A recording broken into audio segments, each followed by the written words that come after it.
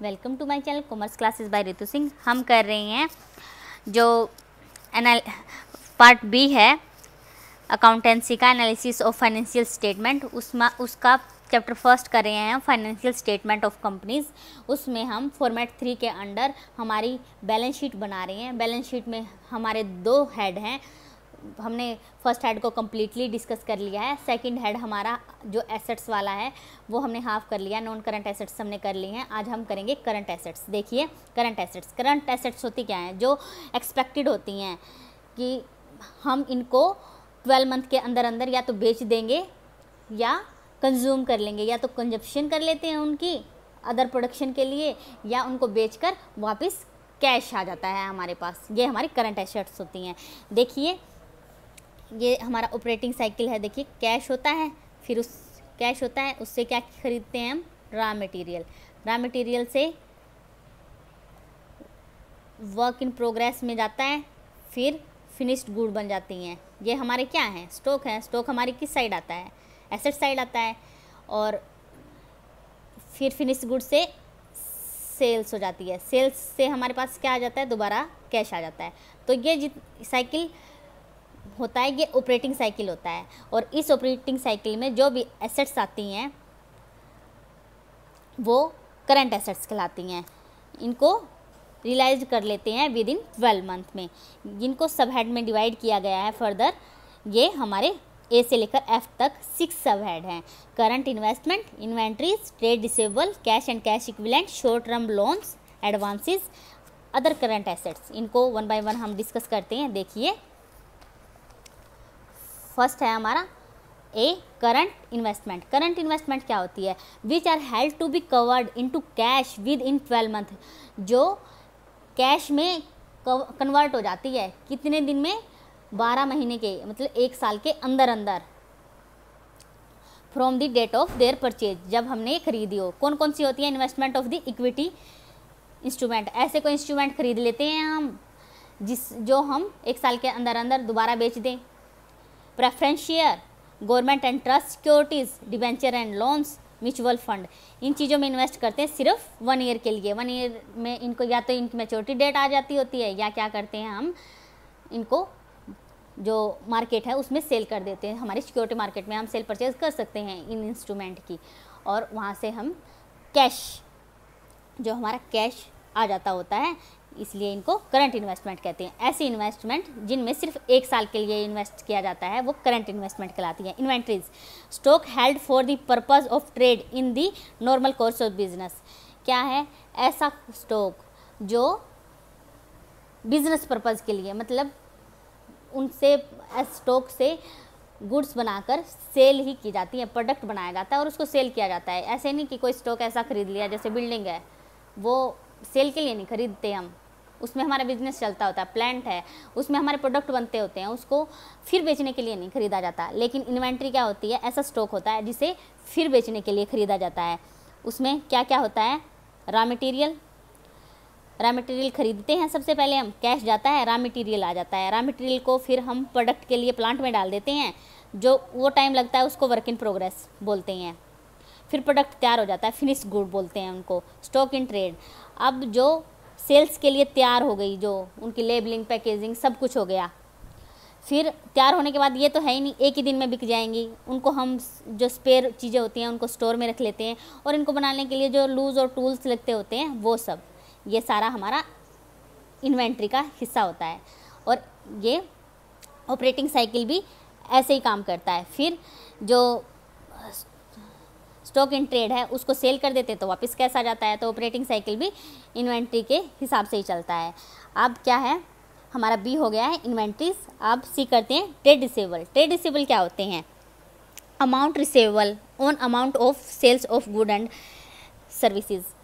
जो अमाउंट हमें प्राप्त होने वाली है किसके बिहाफ पे, जो हमने हमारे प्रोडक्ट की सेल की है या हमारी सर्विस की सेल की है, उसके बिहाफ पे हमें जो कैश मिलने वाला है उसको क्या बोलते हैं, जो अमाउंट हमें मिलने वाली है उसको बोलते हैं ट्रेड रिसीवेबल। जो हमने बेच दिया उसके बदले में जो हमें मिलने वाला है। इसमें क्या आएंगे, बिल रिसीवेबल और डेटर्स। आप डेटर भी अच्छे तरह से जानते हो, जो जिनसे हमने जिनको हमने उधार में माल बेचा है, और bill receivable okay. D, cash and cash equivalent, या तो कैश ही और या बिल्कुल कैश के equivalent. Balances with bank, bank में जो बैलेंस होता है वो हमारा। Cheque, draft, on hand, cheques होते हैं, कैश इन हैंड और अदर स्पेसिफाई इसी तरह के नेचर के और हों। देखिए अब आप कहेंगे कि कैश एंड कैश इक्विवेलेंट और करंट इन्वेस्टमेंट में क्या फ़र्क है। फ़र्क पता है क्या है? ये तो मैक्सिमम 3 मंथ के लिए होती है। देखिए, investment having maturity period of more than 3 year, ये कम से कम 3 मंथ के लिए तो इन्वेस्टमेंट करते हैं, इनकी मैच्योरिटी पीरियड 3 मंथ का होती है। लेकिन क्या है, ये तो कैश ही होता है और बिल्कुल कैश के बराबर होता है। जैसे चेक हमारे पास, हम बैंक में देंगे चेक को, कैश मिल जाएगा हमें, कैश इन हैंड, जो हाथ में ही कैश है। ओके, बिल्कुल बिल्कुल नियर टू कैश आएंगे, बिल्कुल near to cash.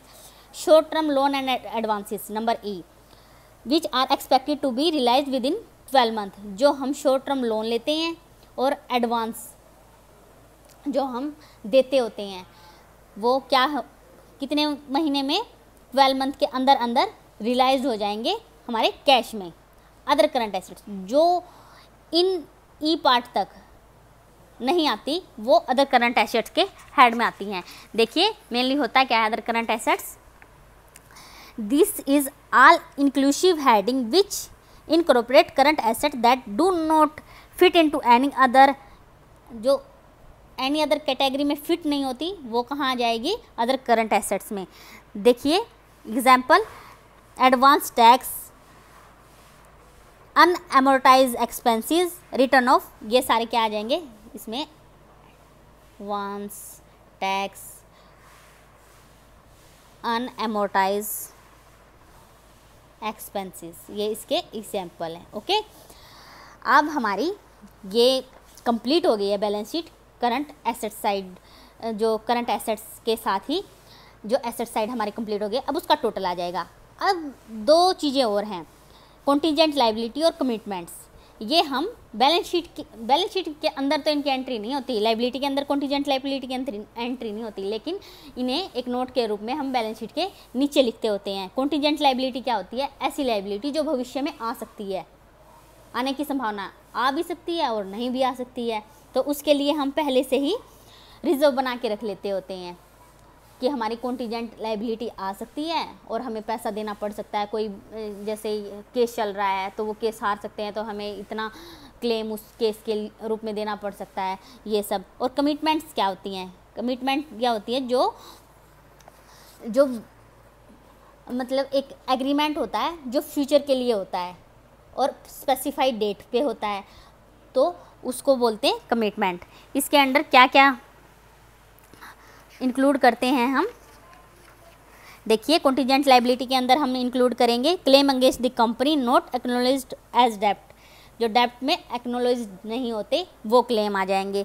Guarantee given by company, company ने कोई गारंटी दे रखी है किसी की, लेकिन वो गारंटी फुलफिल नहीं हो पाती तो वो कॉन्टीजेंट लाइबिलिटी आ गई।